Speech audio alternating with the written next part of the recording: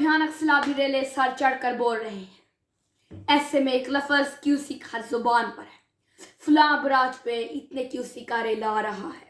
रावी पुल से इतने क्यूसिक का पानी गुजर सकता है। कितने क्यूसिक हो तो ऊंचे दर्जे का सैलाब आएगा, कितने क्यूसिक हो तो निचले दर्जे का सैलाब आएगा। आइए इसको हम अच्छी तरह डिटेल में बात करते हैं। क्यूसिक दरअसल पानी के बहाव को नापने का एक अहम जरिया है। तसव्वुर करें कि एक तरफ से पानी आ रहा है, मगर उसके रास्ते में एक ऐसी दीवार है जो 1 फुट चौड़ी मोटी है, और इस दीवार में एक हम सुराख बना दें जो 1 फुट चौड़ा और 1 फुट ऊंचा है। कि ऐसा खाना बन जाता है जो ऊंचाई, चौड़ाई और मोटाई में 1 मक्ता फट है। अब इस खाने में से 1 सेकंड में जितना पानी गुजरेगा वो है दोस्तों क्यूसिक, जो तकरीबन 28 लीटर के आसपास बनता है। इस तरह के 1000 सुराख हो तो इन सब में से गुजरने वाला पानी 1000 क्यूसिक होगा। यूं भी 1 मकब फुट से 28 लीटर पानी गुजरने का वो 1 क्यूसिक कहते हैं। क्योंकि बराज पानी को रोकने और खारिज करने के लिए गेट मौजूद होते हैं, जिनमें से पानी के अखराज को मजीद से कम से ज़्यादा किया जा सकता है। इसमें क्यूसिक के लिए निशान भी मौजूद होते हैं। इन निशानात पानी का फी सेकंड अखराज आसानी से मालूम किया जा सकता है। बराज का साइज, उसके गेट का एरिया जांच कर हम क्यूसिक पानी की मिकदार जांची जा सकती है। एक खास हद से ज़्यादा क्यूसिक पानी का रेला आ जाए तो वह बराज के टूटने का खदशा पैदा कर देता है। इस सूरत में बराज के साइज और पश्ते बरूद से उड़ा दिए जाते हैं ताकि बराज को बचाया जा सके।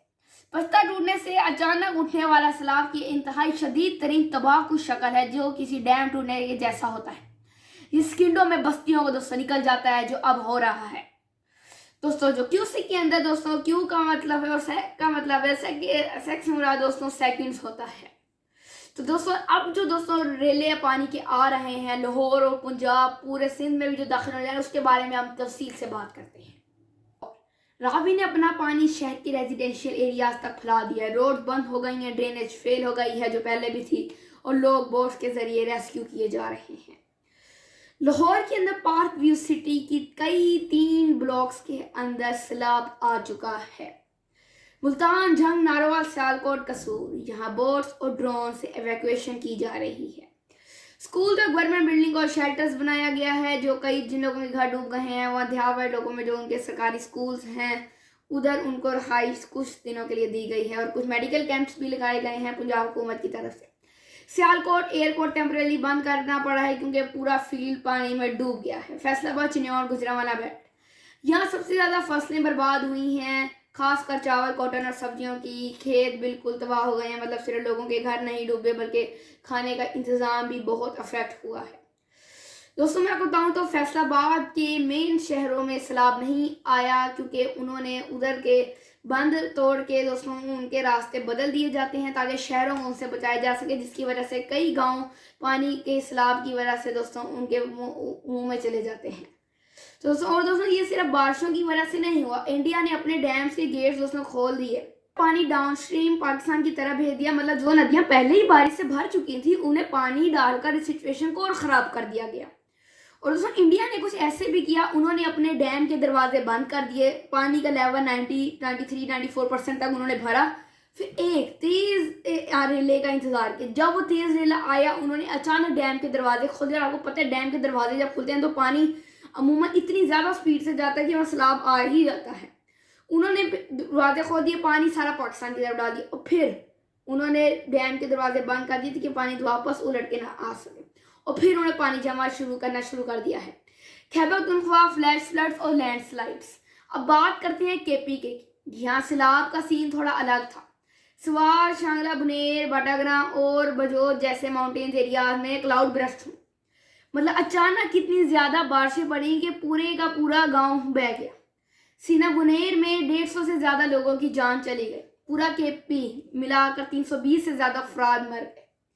रेस्क्यू हेलीकॉप्टर्स भी गए, लेकिन एक हेलीकॉप्टर क्रैश हुआ जिससे 5 जवान दोस्तों शहीद हुए। इसकी खबर शायद आप लोगों ने सुनी हो।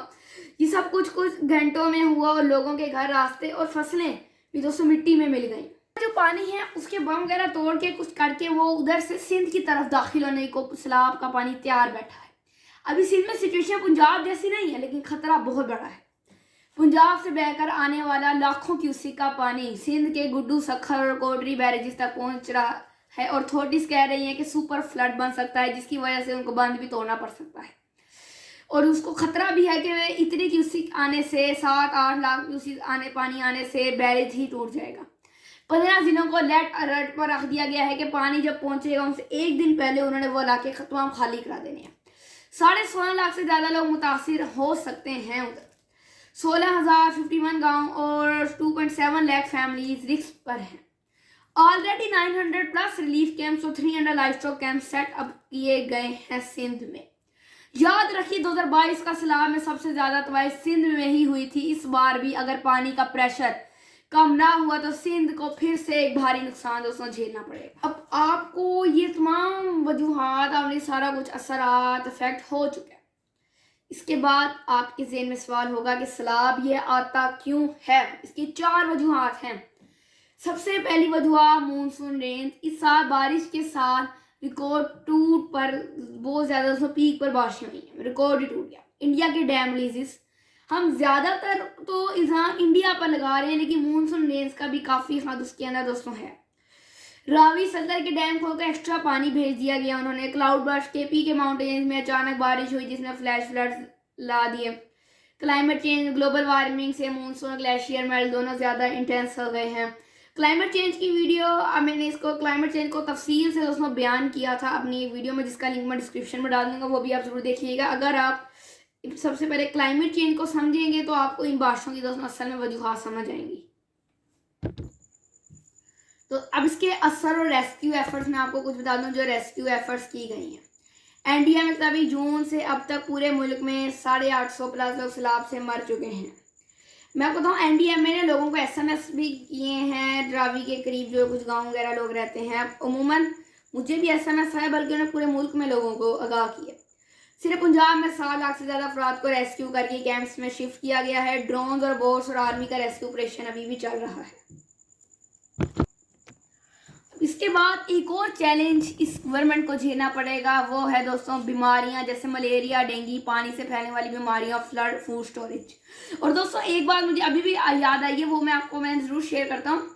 वो ये कि सैलाब जिन लोगों के घरों में आया है, उनमें पानी बहने के साथ साथ कई जानवर भी उनके दोस्तों बह गए हैं, जैसे दोस्तों उनकी काऊ, शीस, गोट्स वगैरह बह चुकी हैं।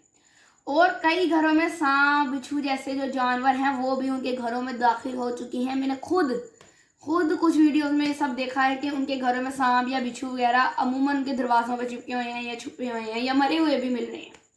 इसका कंक्लूजन अब मैं सारा आपको तफसील से कंक्लूजन बता देता हूँ। हर साल 3-4 साल पाकिस्तान ऐसे सैलाब का शिकार होता है। सवाल ये है, हमने 2010, 2022 या 2025 के सैलाब से कुछ सीखा? डैम्स क्यों नहीं बनाए जा रहे, इंफ्रास्ट्रक्चर क्यों बेहतर नहीं बनाया जा रहा है, और इंडिया के साथ वाटर शेयरिंग एग्रीमेंट इन्फोर्स क्यों नहीं किया जा रहा? ये सिर्फ तबाही नहीं बल्कि एक वेकअप कॉल है।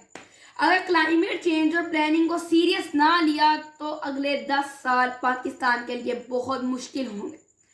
दोस्तों अगर आपको इन्फॉर्मेटिव वीडियो अच्छी लगी हो तो लाइक, शेयर, सब्सक्राइब जरूर कीजिएगा। और दोस्तों हमारे व्हाट्सएप चैनल का लिंक डिस्क्रिप्शन में है, उसे जाकर फॉलो जरूर कीजिएगा ताकि आपको अपने मुल्क की नई अपडेट्स भी उसमें सारी मिलती रहे, और जो हम नई वीडियोस अपडेट कर रहे हैं उनको भी आपको सारा पता चलता रहे। कमेंट सेक्शन में ज़रूर बताइएगा। शुक्रिया।